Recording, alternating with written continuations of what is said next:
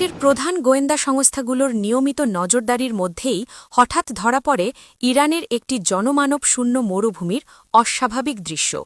Satellite ফুটেজে দেখা যায় মাটির খুব কাছ দিয়ে অবিশ্বাস্য গতিতে ছুটে চলেছে একটি অজ্ঞাত যান। প্রথম দেখায় গোয়েন্দা কর্মকর্তারাও বিশ্বাস করতে পারেননি চোখের সামনে ভেসে ওঠা এই দৃশ্য।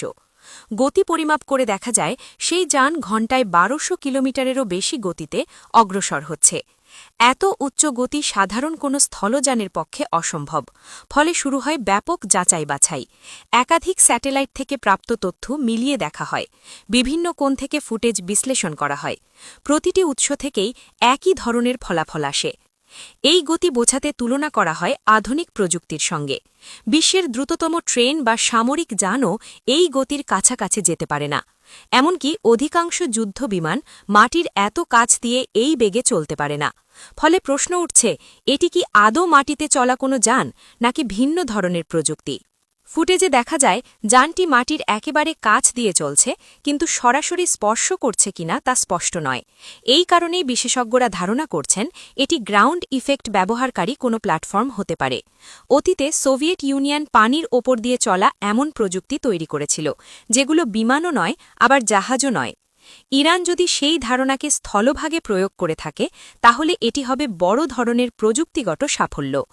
কেউ কেউ মনে করছেন এতে ব্যবহৃত হয়েছে জেট ইঞ্জিন, যা সাধারণত যুদ্ধ বিমানের জন্য তৈরি।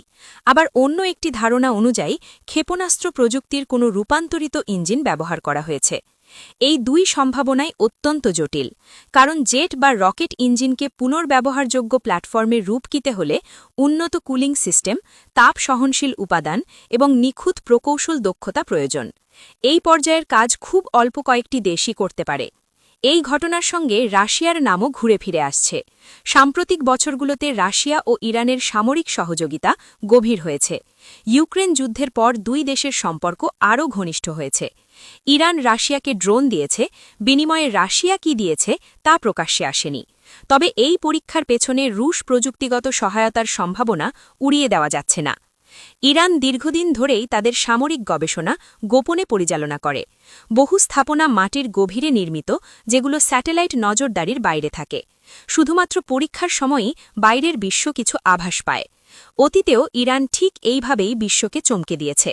ড্রোন প্রযুক্তি কিংবা ক্ষেপণাস্ত্র সক্ষমতা, সব ক্ষেত্রেই তারা প্রথমে নীরব ছিল, পরে হঠাৎ নিজেদের শক্তি প্রকাশ করেছে। এই নতুন পরীক্ষার সেই ধারাবাহিকতারই অংশ বলে মনে করছেন বিশ্লেষকরা। সবচেয়ে বড় প্রশ্ন হল, এই প্রযুক্তির উদ্দেশ্য কি? এটি কি কেবল শক্তি প্রদর্শন, নাকি ভবিষ্যৎ যুদ্ধের প্রস্তুতি? যদি এমন যান বাস্তবে কার্যকর হয়, তাহলে প্রচলিত রাডার, ক্ষেপণাস্ত্র প্রতিরক্ষা ও নজরদারি ব্যবস্থার জন্য এটি বড় চ্যালেঞ্জ হয়ে উঠতে পারে।